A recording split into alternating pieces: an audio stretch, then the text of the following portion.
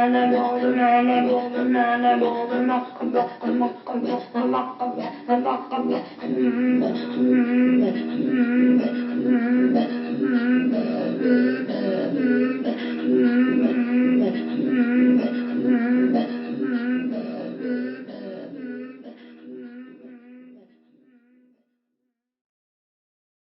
vais continuer à parler des collectes de documents qui ont été faits sur le terrain.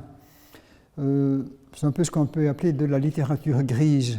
C'est-à-dire que cette littérature qui n'a pas accès aux grandes bibliothèques, des trucs chronotypés, des petits feuillets, tout ce qui n'a pas les honneurs des grandes bibliothèques pour la conservation, et qui pourtant sont des témoignages de la vie des populations et de ce que les gens pensaient et faisaient.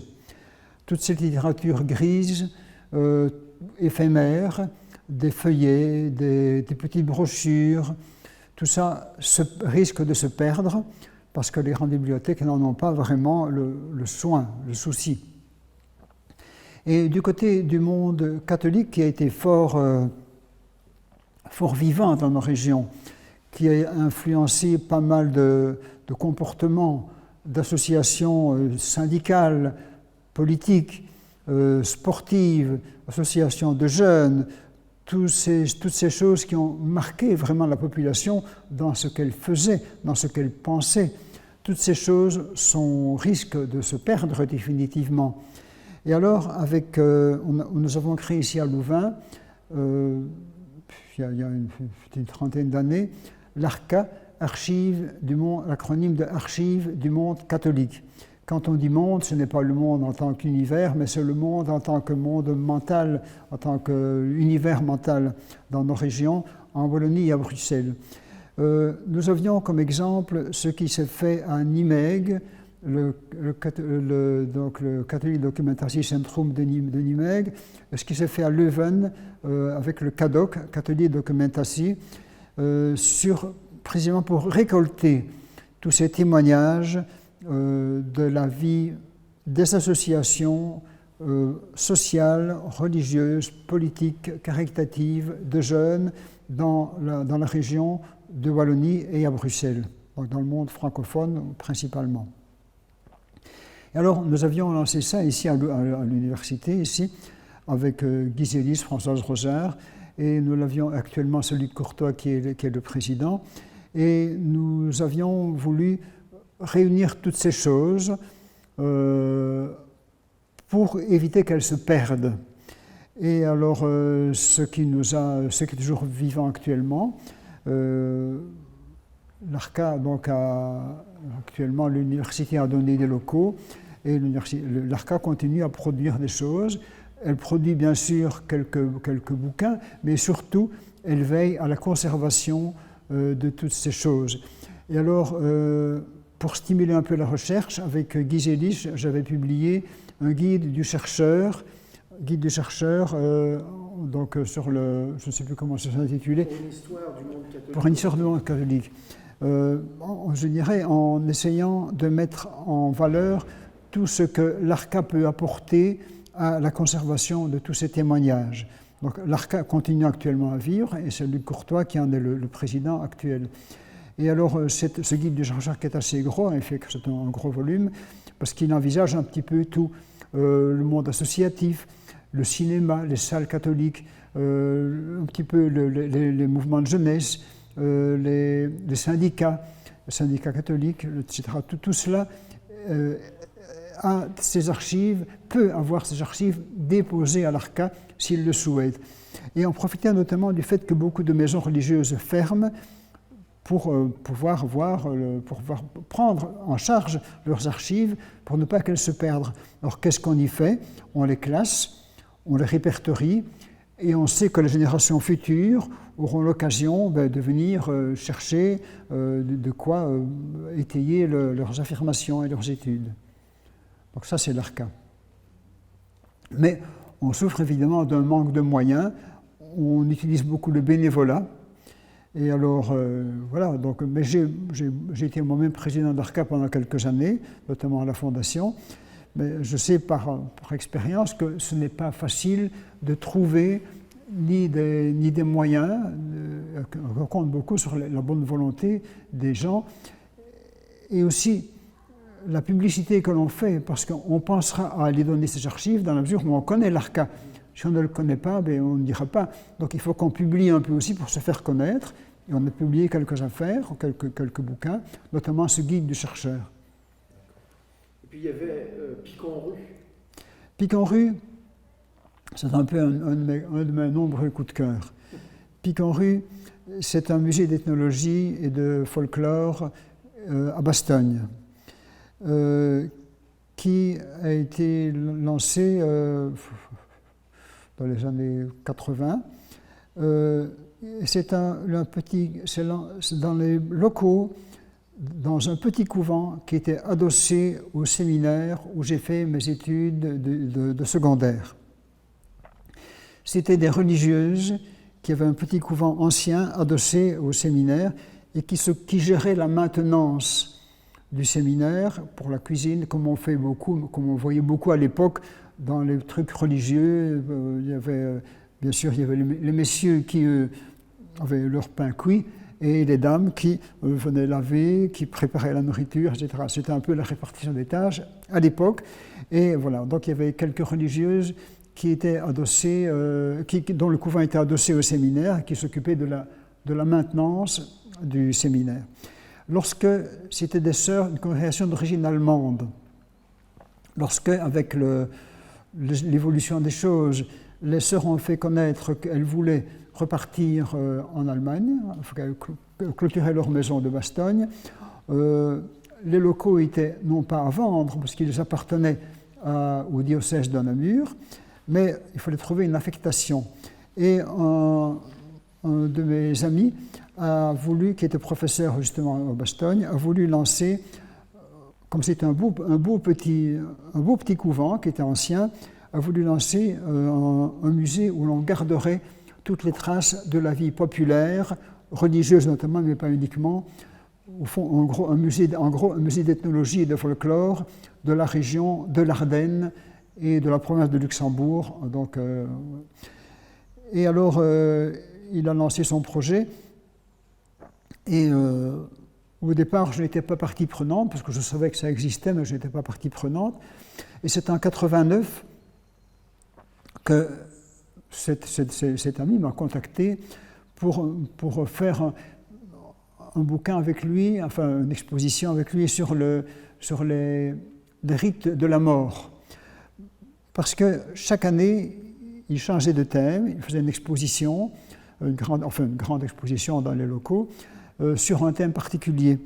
Et comme j'avais dans mon livre sur les images des vivants et des morts travaillé sur la mort, notamment les images de la mort, il m'avait demandé de travailler avec lui à l'exposition sur la mort, donc le rite mortuaire en Ardennes. Chaque année, il publiait un gros volume illustré, il y en a quelques exemplaires là, sur un des thèmes, sur la liturgie, enfin les vêtements liturgiques, sur le rituel de la mort, le rituel de la naissance, sur l'un ou l'autre rituel, en faisant sur la base de collecte, sur les saints protecteurs du bétail, sur les saints protecteurs, les saints guérisseurs, etc. Et chaque année, il y avait un thème. Et depuis ces années-là, chaque année, j'ai collaboré activement avec le musée, depuis qu'il m'a en quelque sorte recruté. Et régulièrement, je fournissais à cet ami, qui s'appelait André Neubert, qui était le fondateur du musée, je fournissais l'organigramme de l'exposition de l'année suivante, et je publiais l'un ou l'autre article dans le bouquin qu'il préparait comme catalogue des gros livres illustrés, où j'en verrai tout à l'heure, j'en montrerai. C'est vraiment des sommes illustrées sur la question. Et alors, j'ai énormément collaboré avec lui, j'ai vraiment beaucoup travaillé, et c'était aussi pour moi l'occasion de contacter des gens, de contacter des chercheurs locaux, et de donner un peu pour le grand public des choses que j'accumulais dans mes études un peu plus solitaires, quoi. Et alors, j'ai beaucoup collaboré avec eux, ça m'a beaucoup plu. et André Neubert est décédé il y a 2 ans. Bon, évidemment, il avait déjà cédé la main avant à quelqu'un d'autre qui avait repris les choses. Enfin, c'était quand même une étape de ma vie. J'ai énormément collaboré avec le musée en Pic-en-Rue. Pourquoi en Pic-en-Rue? Pourquoi le nom? Parce que ce musée est établi dans un quartier de la ville de Bastogne qui est occupé jadis par des tisserands et que partout sur la terre, dans les rues, on voyait des picons, c'est-à-dire des petits morceaux de laine, paraît-il. Le nom viendrait de là. C'est le musée en Pic-en-Rue. Voilà.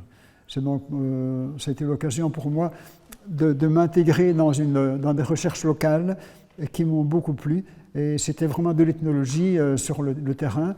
Et c'était vraiment pour moi pas une découverte, mais une manière de diffuser un peu des recherches plus théoriques.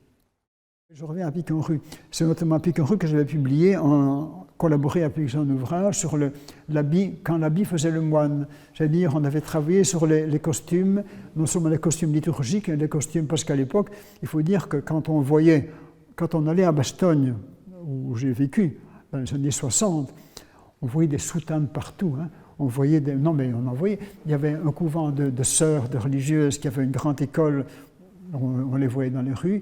Il y avait une vingtaine de prêtres qui enseignaient là, plus le clergé de la paroisse, quelques vieux retraités qui étaient là en plus.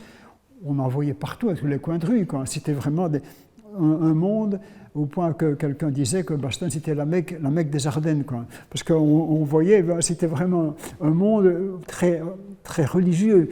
Et alors, c'était visible dans le paysage. Pourquoi je vous parle de ça? Je ne sais plus. On parlait de Pic-en-Rue. Ah oui, voilà. Mais on avait abordé autre chose. La littérature. Voilà. Alors, c'est autre chose. Donc, la littérature wallonne. Mes parents ont toujours parlé entre eux le wallon. Ils n'ont jamais parlé français entre eux. Le français, pour moi, est une langue apprise à l'école, parce que mes parents ne le parlaient pas. Ils parlaient un dialecte. C'était la langue wallonne. Dialecte, c'est beaucoup dire, parce que certains disent que c'est une langue, d'autres disent que c'est un agglomérat de dialectes différents. Il y a le wallon de Liège, le wallon de Charleroi, il y a le wallon, etc.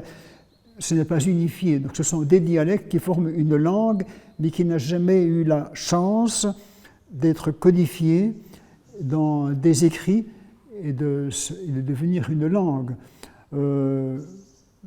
La France a eu, si je puis dire, la chance, c'est une façon de parler, mais enfin, à l'époque de François Ier, il y a eu l'époque où l'on a imposé l'usage d'un français normé dans les actes législatifs.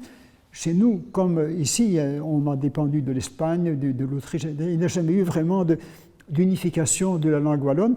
C'est une langue romane, relativement proche du français, mais quand même assez différente, qui n'a jamais été unifiée. Bon, alors, au point que lorsque l'enseignement est devenu obligatoire, c'est évidemment le français qui était normé, qui était unifié, qui est devenu la langue de l'enseignement. Jusque donc un passé récent, les anciens, c'est-à-dire mes parents, parlaient wallon entre eux, un wallon non unifié. Il y avait une zone d'intercompréhension, on comprenait ce qu'il y avait à 30 km plus loin, mais plus loin, ça devenait un peu difficile à l'audition. Et alors, moi, ça m'interpellait parce que j'avais le wallon dans l'oreille, je ne l'avais pas vraiment dans la bouche, mais mes parents parlaient wallon entre eux, et ça me plaisait beaucoup de les entendre. Et devenu adulte, je me dis c'est quand même dommage que cela se perde. Non pas que j'estimais que le wallon pouvait un jour ou l'autre redevenir une langue qui pourrait concurrencer le français. D'ailleurs, maintenant, le français a quand même bien du mal de se maintenir par rapport à l'anglais, mais je trouvais que le wallon n'avait aucune chance de se maintenir à long terme. Mais je trouvais dommage qu'une langue, une façon populaire de s'exprimer, se perde définitivement. Il y a environ 7000 langues qui sont parlées dans le monde actuellement. 40% sont menacées d'extinction définitive. Et le wallon est une de ces langues menacées d'extinction définitive. Je n'espérais pas qu'on puisse la sauver, mais je m'étais dit, je vais la cultiver un petit peu avant qu'elle disparaisse. Et surtout la faire passer au niveau de l'écrit, parce qu'il y a une littérature abondante, mais récente, qui remonte au XIXe siècle, surtout un peu avant, un peu au XVIIIe, mais surtout au XIXe, et puis au XXe. Mais je dirais que plus elle passe à l'écrit, plus elle baisse dans l'oralité. Autrement dit, qui est-ce qui écrit le wallon? Des intellectuels qui ne veulent pas que la langue se perde. Donc, plus elle monte dans l'écrit, plus elle baisse dans le nombre des locuteurs. On peut traverser la Wallonie de Virton à Wavre ou de Liège à Charleroi sans entendre un seul mot de wallon, parce que c'est réservé à l'usage intime des populations qui savent encore le parler, mais on ne l'entend plus dans les rues, sauf à l'occasion, un petit mot que l'on dit comme ça qui nous échappe, hein, mais en gros, on ne l'entend plus. Et alors, je vais un petit peu collaborer aussi à ce maintien, au moins dans les mémoires, dans la mémoire écrite de cette langue wallonne. Et j'avais publié quelques poèmes. J'avais fait quelques poèmes dans ma jeunesse en français, mais ça ne me branche. Quand j'étais ado, hein, j'ai tout détruit, je n'ai rien gardé. Bon. Mais par contre, cela m'a beaucoup plu d'écrire des poèmes en wallon, parce que je retrouvais les accents de mes parents, et j'essayais de faire passer à un stade plus élaboré d'une poésie plus élaborée, plutôt que où je faisais passer un petit peu tous mes points de vue sur différentes choses. Bon. Et alors, voilà, j'ai publié quelques petites choses en wallon. J'ai même eu un prix de littérature dialectale. Alors, voilà, donc tout cela. Et puis alors, je me suis aussi intéressé à la façon dont les prêtres dans des paroisses, à un moment donné, faisaient des prêches en wallon. Parce que, sous l'Ancien Régime, il est évident que les prêtres, quand ils faisaient des prêches, ils parlaient en wallon. Les gens ne connaissaient pas le français, ils connaissaient à peine le français. J'ai encore connu dans ma jeunesse des anciens qui ne parlaient pas français. Ils le comprenaient vaguement, mais ils n'auraient pas su aligner une phrase. Mais ils le comprenaient. Et alors, pourquoi est-ce que je raconte ça? Oui, il est évident que dans les paroisses, les prêches qui se faisaient, la messe se faisait en latin, mais les prêches se faisaient nécessairement en wallon, et les gens n'auraient pas compris. Et alors, dans les années 1950, certains prêtres de paroisse, pour des raisons un peu de folklore, un petit peu lors de fêtes locales, à l'époque on comprenait encore un peu le wallon, on réintroduit quelques prêches en wallon pour des festivités particulières, des fêtes locales, des fêtes de village, et il y a eu quelques-uns qui ont voulu le faire. Alors j'avais fait une petite étude sur la question, qui s'intitulait « Le wallon à l'église », où je faisais un peu l'évolution de ce passage des prêches habituels de l'Ancien Régime aux prêches plus festifs qu'on avait voulu réintroduire dans les années 50. Ça n'a pas duré longtemps parce que finalement on s'est aperçu que les gens ne comprenaient pas. Ça se fait encore parfois, très rarement. Mais j'avais moi-même donc fait une petite étude sur la question, et comme j'avais un frère qui était curé de paroisse, je lui avais même écrit, parce que lui-même avait le wallon dans l'oreille, mais pas dans la plume, parce que moi je l'avais dans la plume, je l'écrivais, parce que je faisais des poèmes. Alors j'avais traduit pour lui quelques évangiles pour qu'il puisse faire on fait un petit fascicule qu'il dit que le jour des fêtes, enfin, mais ça n'a pas duré très longtemps, parce que c'était vraiment, c'est trop perdu pour que ça puisse encore renaître. Mais voilà. Donc c'était ma petite incursion dans ce domaine pour lequel vraiment j'ai eu de l'intérêt, mais un intérêt un peu sporadique, un peu épisodique, mais je ne sais plus très bien. Mais sans vouloir folkloriser quoi que ce soit, mais est-ce que vous pouvez nous dire quelques mots en langue wallonne? Oh, mais je vous bien causer là, mais d'une scène, si vous allez me comprendre, parce que c'est quand même fort différent du français. Est-ce que tu m'as compris? Je veux bien vous dire quelques mots en langue wallonne, mais je ne sais pas si tu vas me comprendre, parce que c'est quand même fort différent du français. Mais il reste parfois encore quelques expressions dans le langage populaire. Quand un Wallon dit oufti, tu as déjà entendu ça ici? Oufti, c'est ouf, c'est l'expression de ouf, mais ti, c'est toi. Ouf, toi, toi, allez, restreint, t'exagères. En France, dire restreint, diminue un peu, les restreint, t'exagères. Comme ça, des expressions, on entend encore souvent des choses, mais c'est faire des phrases, les gens ne sauraient plus faire des phrases. Sauf quelques exceptions dont je fais partie. Voilà. Mais dans le village de ma femme, par exemple, on parle encore beaucoup le wallon. Mais on parlait, mais plus maintenant. Mais au moment où je suis venu, je suis entré dans son village, les gens parlent encore énormément le wallon. Tout le temps, en vrai dire. Tout le temps dans la vie quotidienne, hein, mais pas dans la vie publique, quoi, hein. Enfin, forcément, quoi. Bon. Ouais. Comme quoi, il y a du travail à faire pour la préservation des langues. Non, mais c'est parce qu'au fond, c'est pas un combat, ça peut apparaître comme un combat d'arrière-garde. Mais il faut bien se dire que chaque fois qu'une langue meurt dans le monde, et il en meurt tous les jours, enfin tous les mois, hein, il faut bien se dire que c'est une vision du monde qui disparaît. Et ça, dans mon optique, c'est de voir un peu ce que les gens pensent, etc. Mais c'est une façon de vivre, c'est une façon de penser qui s'efface. Hein. Parce que ce que l'on dit en français n'est pas ce que l'on dit en wallon. C'est un autre monde. Et c'est un monde qui s'en va. Mais je ne suis pas nostalgique pour dessous. Hein.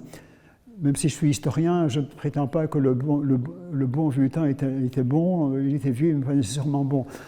Je veux simplement dire que c'est une vision du monde qui disparaît et qu'on parle de biodiversité qui est en train de se perdre, mais je crois que la culturodiversité diminue aussi vite.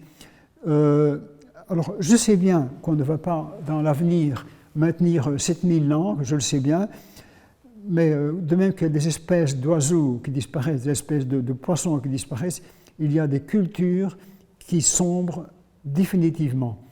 Et toutes ces langues témoignent d'un appauvrissement culturel de l'humanité. Je sais bien que c'est inévitable, on ne pourra pas revenir en arrière, mais c'est inévitable, mais c'est comme ça. Voilà. Mais je le dis sans acrimonie et sans passéisme.